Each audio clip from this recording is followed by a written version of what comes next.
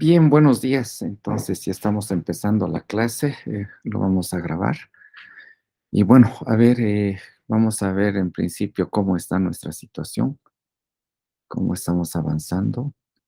Y a ver, voy a compartirles la pantalla.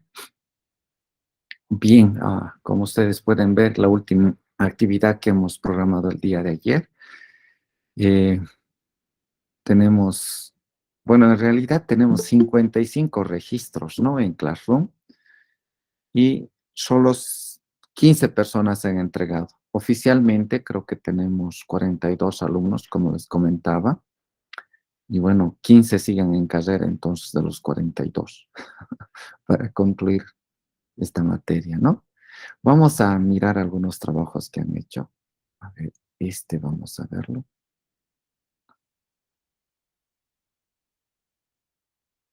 Otro trabajo que estaba mirando es de Miguel Rodríguez, que parece interesante. Bien.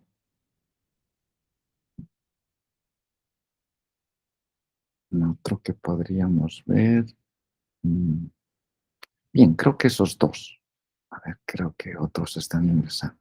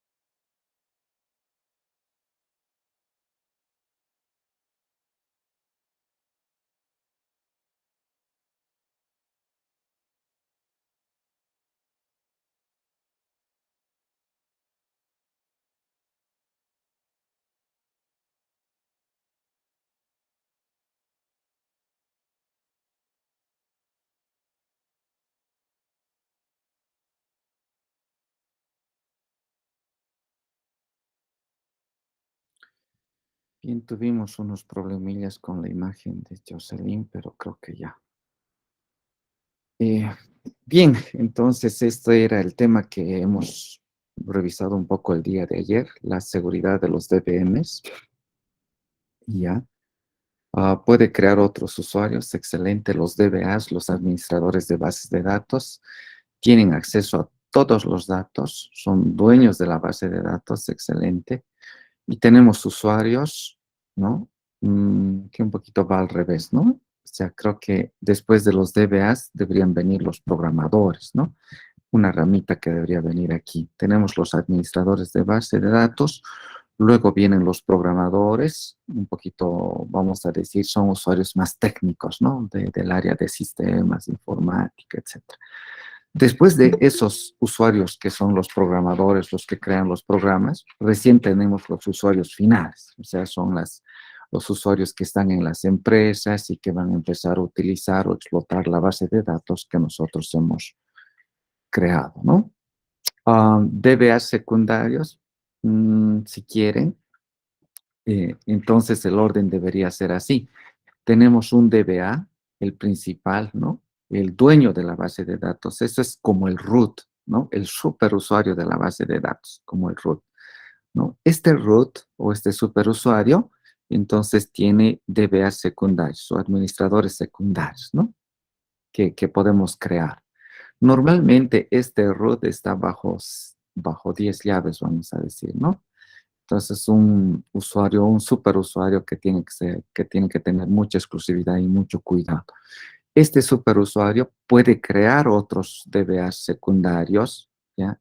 Y normalmente esa es la sugerencia, ¿no? Hay un superusuario y ese superusuario asigna ya algunas restricciones y establece algunas restricciones para estos DBAs que serían secundarios. Entonces, nuestro mapa mental cambiaría de la siguiente manera. Tendríamos los DBAs, el DBA principal, el root principal, y a continuación vendrían los DBAs secundarios. Aquí vendría esa ramita, ¿no? Después de esa rama, vienen los programadores. allá. Los DBA secundarios o los administradores secundarios, o si hay uno solo en la empresa, entonces tenemos el superusuario. Incluso si hubiera un solo DBA, ese superusuario, ese DBA debería de tener un superusuario que debería estar bien guardado, bien resguardado, y él se crea otro usuario, otro DBA secundario con restricciones. Y este superusuario también, este administrador, este DBA, es el que llegaría a crear a los programadores, a los usuarios que son programadores o developers o que van a empezar a desarrollar los programas informáticos, ¿no? Estos interactúan con la base de datos. Ahora bien, después estarían recién los usuarios finales, ¿no? Entonces, eso es un poquito lo que el día de ayer quería establecer, el orden en el cual se administra la seguridad en la base de datos. Les había comentado también de que cualquier operación que se hace en la base de datos, a ver, vamos a suponer el superusuario, el root, el DBA principal, cualquier operación que hace en la base de datos está registrado en una bitácora, ¿no? En una bitácora propia del sistema, es como una caja negra ahí, ¿no? Algunas veces ni siquiera el DBA se da cuenta de esas operaciones que están pasando ahí abajo, ¿no? Y que está llevando el registro, la huella de todo lo que está ocurriendo ahí. Entonces, chicos, eso es un detalle muy importante, ¿ya?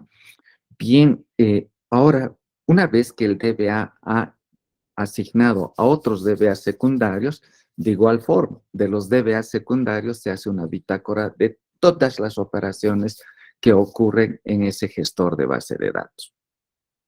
Lo mismo pasa con los programadores, ¿no? De los programadores, de igual forma, se rastrea toda la operación que ellos llegan a ejecutar en la base de datos, ¿no? Entonces, si un programador entra a nuestra base de datos, borra algunos registros, actualiza unos registros, modifica unos registros, entonces conocemos, ¿no? Sabemos exactamente. Podemos rastrear, podemos ver las bitácoras que hay en la base de datos y encontrar exactamente qué operaciones ha hecho este programador. El otro escenario es de los usuarios finales. Vamos a suponer que estamos trabajando en el banco. Ya estamos en el banco, la entidad en la que trabajamos es un banco. Y veamos un poco más concreto, es el Banco Nacional de Bolivia, el BNB. ¿Ya? No estamos haciendo publicidad para ellos, pero imagínense, ustedes son DBAs de esa entidad, de esa empresa, ¿ya? Entonces ya tienen un sistema, ¿no? Por ejemplo, tienen su portal, tienen su aplicación en el celular, tienen aplicaciones web, online y demás. Entonces, toda esa información, toda esa base de datos, piensen, ¿no? Es sumamente delicada. Ellos procesan, almacenan información sumamente delicada, ¿no? Muy delicada esa información que ellos procesan. Entonces, lo que nosotros tenemos que cuidar como DBAs justamente es eso, que ese proceso de información sea resguardada correctamente. Entonces, como DBAs tenemos esa gran responsabilidad de cuidar esa información. Imagínense que se puedan modificar las cuentas, que se puedan modificar los movimientos bancarios que ocurren ahí, los depósitos, los gastos y demás, ¿no? Ahí está la plata de la persona, ¿no? Entonces, esa gran responsabilidad es crítica para un DBA, ¿no? Entonces, un DBA tiene que tener los ojos muy bien abiertos para que cualquier transacción rara que ocurra ahí sea totalmente resguardada, ¿no?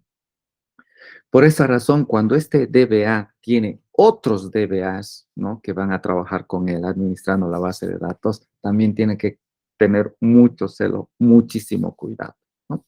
Para resguardar que otros DBAs no hagan operaciones indebidas, ¿no? Entonces, en realidad es complejo ese tema de cómo cuidar esa información, las reglas que se establecen en la institución tienen que ser sumamente delicadas de manera que permitan que se pueda cumplir exactamente con todos los puntos de seguridad que se requiere en una unidad como la que les comento. Ahora bien, una entidad como el Banco Nacional de Bolivia también tiene sus programadores, ¿no? Hay gente que desarrolla sus programas informáticos, hace el mantenimiento de sus aplicaciones web, de sus aplicaciones móviles y demás, ¿no? Entonces hay gente trabajando ahí, programadores, ingenieros.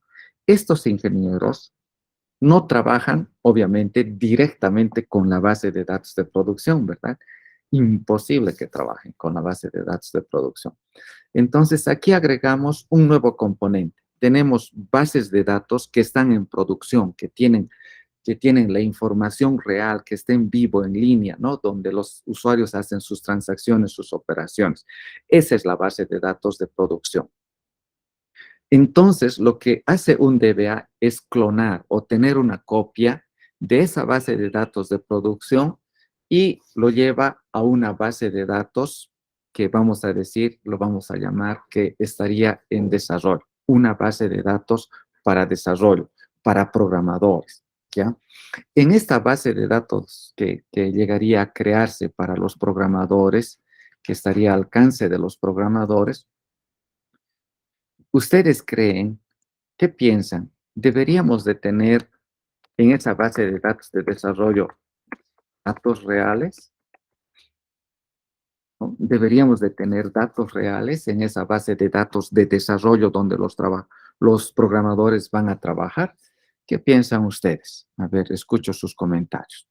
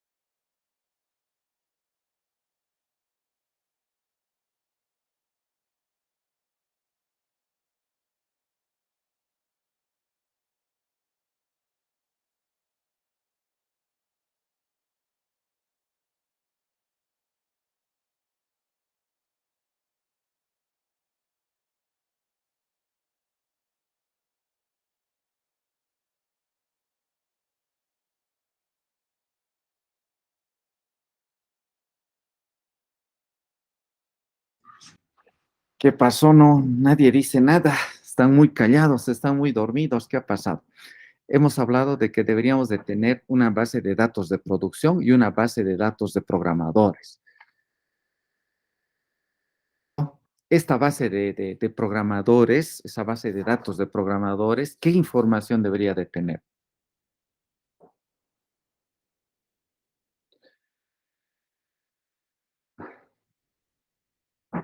Muy bien. Gracias, Judith, por el comentario. Otro comentario, por favor. Ahora bien, entonces, a ver, solamente para hacer énfasis, ¿ya? Base de datos de producción. Eso significa información real, ¿no? Información de todas las transacciones que están ocurriendo en la base de datos. Pero también tenemos una base de datos de desarrollo. O sea, esto ya es para los programadores, ¿no? ¿Ya? Entonces tenemos una base de datos de desarrollo para los programadores. Ahora, esta base de datos de desarrollo para los programadores, ¿no?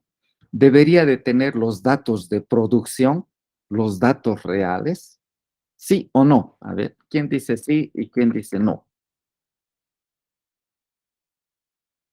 Ahora sí, les obligo a que todos participen, si no, significaría que nadie está en clases.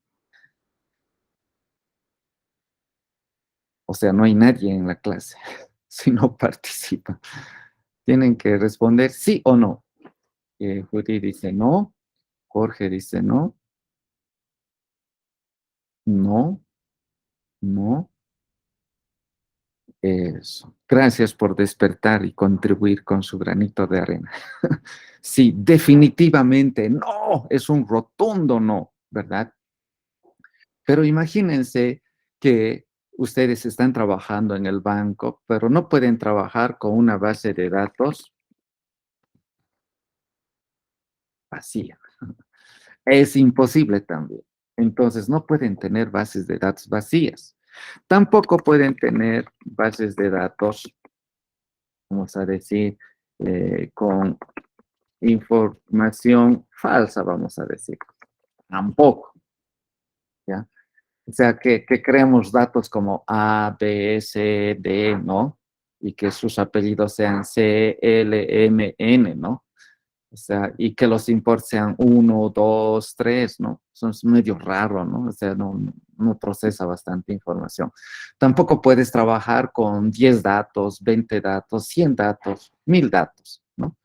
Hay momentos en que los programadores tienen que trabajar con miles de registros, con millones de registros, ¿no? Entonces es necesario. Entonces, otra vuelta, ¿no? Usamos la base de datos de producción, necesitamos tantos datos. Otra vuelta, los programadores no pueden usar una base de datos de producción. No podemos darles. Es una información exageradamente sensible. Y no solo del banco, de cualquier empresa, por muy pequeña que sea, es una información absolutamente sensible que normalmente se trata de cuidar, ¿ya? Entonces, la respuesta es no. Entonces, ¿qué podemos hacer? ¿No? Recuerdo una experiencia que teníamos que trabajar con una base de datos de Alemania, ¿no? Y en Alemania, por ejemplo, hay una ley, sí, una ley explícita que dice que esa información no puede salir del país por ninguna razón. No se puede exponer esa información por ningún motivo. Entonces, la empresa está en Alemania, los programadores están aquí en Bolivia, pero los programadores necesitan esa base de datos para trabajar. Pero, ¿cómo vas a cuidar la seguridad de la información de la empresa que está en Alemania? Es más, si mandas esa información a Bolivia de una u otra forma, ya sea online o que desde Bolivia te conectes a una base de datos que está allá en Alemania, es una violación de algunos problemas que se podría tener. Estamos hablando de los datos en producción. Entonces, es una violación de la ley que incluso puede tener cárcel y otras complicaciones muy complejas en ese país. Entonces, ¿cómo hacemos? ¿Cómo resolvemos nosotros como administradores de bases de datos? Es ahí donde se puede usar operaciones, ¿ya? ¿Ya? Para generar datos, vamos a decir, reales, pero ocultos. Una estrategia, por ejemplo, ha sido, ¿no? Imagínense, ¿no? Tenemos los datos del banco de todos nuestros usuarios que hacen transacciones en el banco.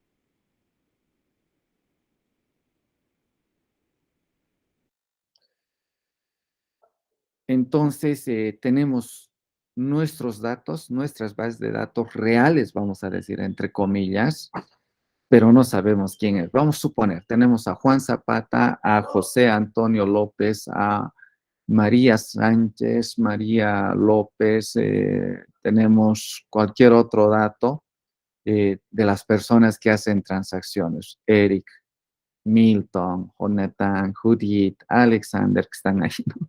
Todos tienen sus registros ahí.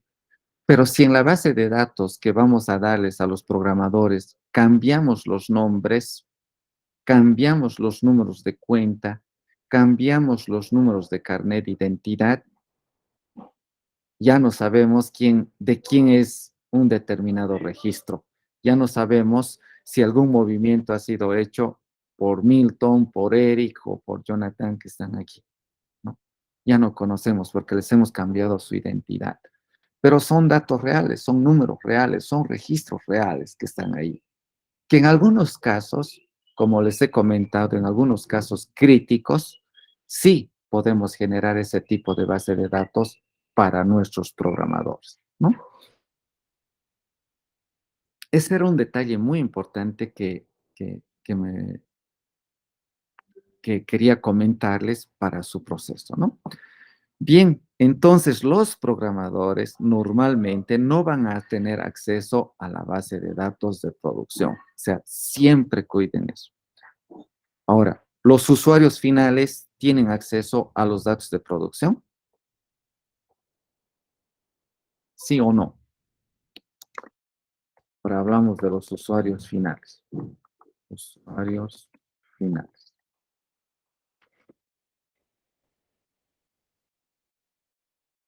¿Tienen acceso a los datos de producción? ¿Sí o no? Otra vuelta, ¿no? A ver, facilito. ¿Tienen acceso a los datos de producción, los usuarios finales? A ver, Judith dice no, no, no, no, no. Oh, ahora otra vuelta, piensen. Ustedes son usuarios finales del banco BNB. ¿Van a tener acceso a los datos de producción? ¿Sí o no? Otra vuelta. ¿Ya? Ustedes son usuarios del banco. ¿Ya? El banco, el BNB, tiene su base de datos de producción. Y hemos dicho que se requiere una base de datos para programadores. Esa base de datos para los programadores no puede tener los datos de producción. Y los programadores pueden trabajar con esa información. Pero ¿qué hay de nosotros? Somos usuarios finales del BNB. ¿Tenemos acceso a los datos de producción? ¿Sí o no? A ver, por favor, otra vuelta, piensa.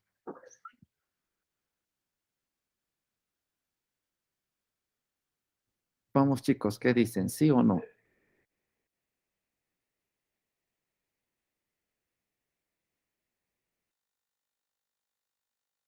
Vamos, vamos.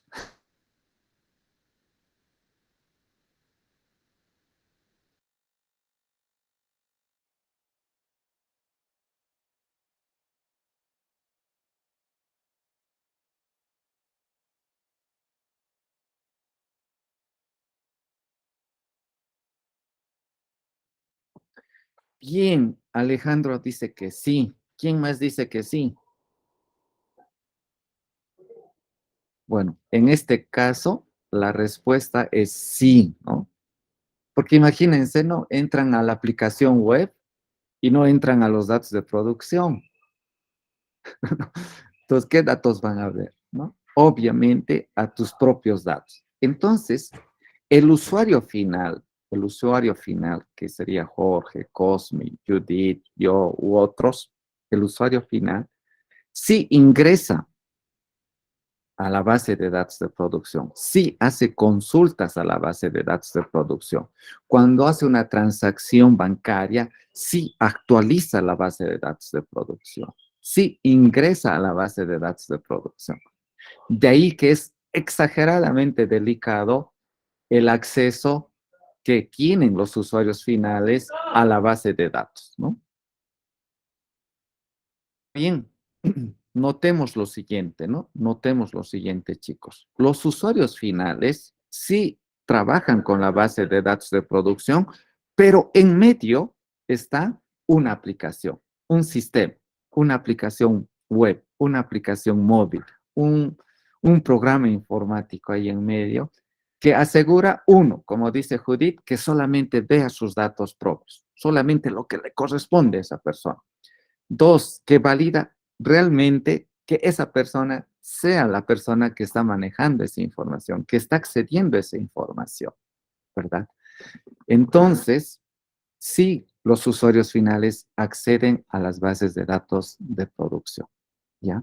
Pero se tienen que crear muchos niveles de seguridad. Primero, el primer nivel de seguridad que tenemos para estos usuarios finales es la parte de login, ¿no ve?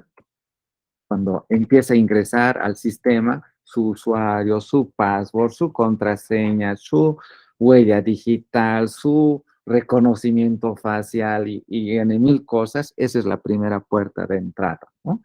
Una vez que ingresa a la aplicación, ahora hay que tener todas las restricciones correspondientes a qué operaciones puede acceder. Quizás solamente ver su extracto bancario, quizás no va a estar habilitado para hacer un movimiento bancario. Y si va a hacer un movimiento bancario, le pondremos su huella, reconocimiento facial, el código de la tarjeta, en mil cosas.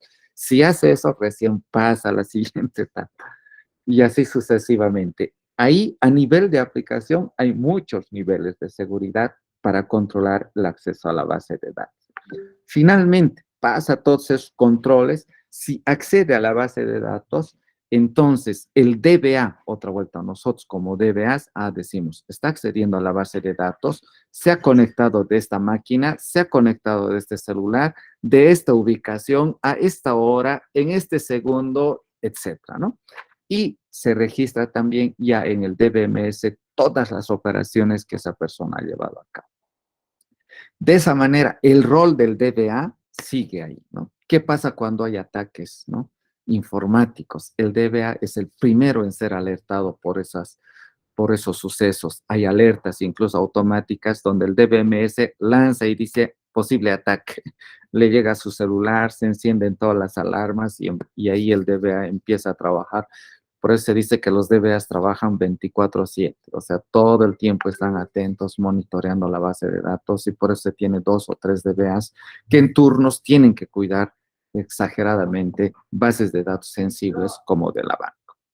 Bien, ok, entonces hemos hablado de una base de datos que está en producción, hemos hablado de una base de datos que está en desarrollo y hay una base de datos, lo vamos a llamar de pruebas. En inglés se llama una base de datos de test. Pienso que estos 3 tipos de bases de datos son los mínimos que se requieren para que se pueda resguardar y procesar y trabajar muy bien con las bases de datos en una empresa, en una institución compleja como un banco, como el BNB, en el ejemplo que hemos colocado el día de hoy. ¿Para qué sirve la base de datos de pruebas? Escucho sus comentarios. Por favor, pongan sus comentarios. Ahora sí, de todito. Si no pone alguien, significa que no está en la clase.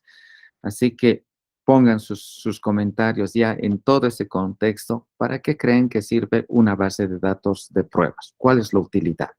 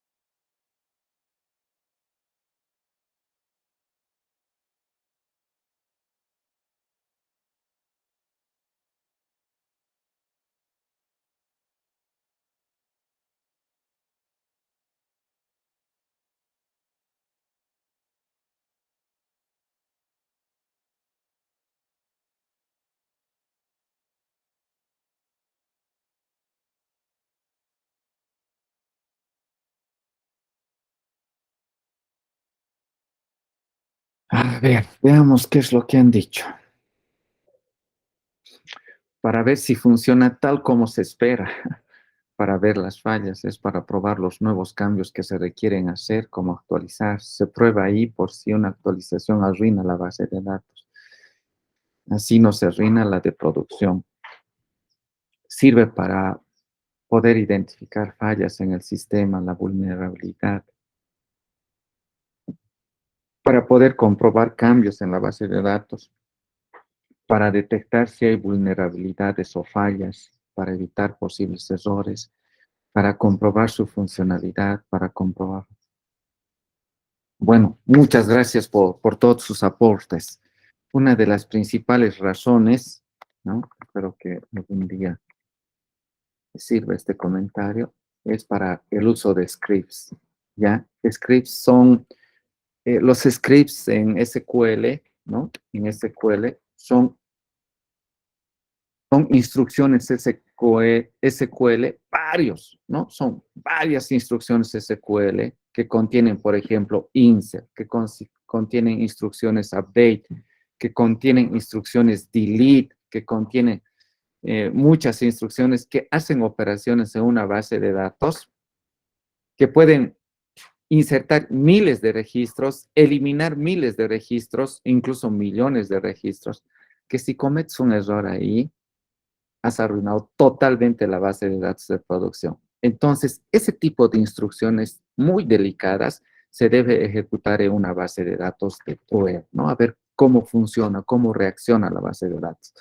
Y ahí puedes ver la consistencia, algún pequeño error que se haya cometido y vas descubriendo esos problemillas. Y bueno, en función a eso es que compruebas exactamente si ese conjunto de instrucciones SQL va a funcionar en producción. Y recién, después de haber hecho 20 pruebas, 20 ejecuciones ahí y estar 1000 veces seguro que funciona, recién vas a producción y ejecutas ese conjunto de instrucciones SQL. Y obviamente, ¿no? Cualquier cambio, cualquier modificación que quieras hacer en la base de datos y cualquier programita que hayas cambiado, necesitas probarlo 1000 veces antes de llevarlo a producción y tener sorpresas desastrosas ahí. Entonces, tenemos tres bases de datos que hemos comentado hasta ahora, ¿no? Tres tipos de bases de datos que son muy importantes y que son utilizados realmente en la vida real. ¿Ya? Muy bien. Ese sería respecto al gráfico que estamos revisando un poquito. Bien, vamos a revisar ahora la tarea de quién más abrimos. A ver, miraremos. De Miguel Ángel, ¿no? Está también bonito la base de datos. ¿Ya? Seguridad en los DBMS. Está bonito el mapa mental. Tenemos a los DBAs. Muy bien, DBAs secundarios, programadores y usuarios finales. Ese es el orden, ¿no? Y quizás ahora este grafiquito podríamos agregar las bases de datos que están en producción, las bases de datos que están en desarrollo y las bases de datos que están disponibles para pruebas, ¿no? Entonces tenemos base de datos de producción, base de datos de desarrollo y base de datos de pruebas. Bien, chicos, entonces esa era la parte de la revisión de esta instrucción. Ahora vamos a hacer una pequeña pausa aquí y en unos 10 minutos volvemos con la otra parte.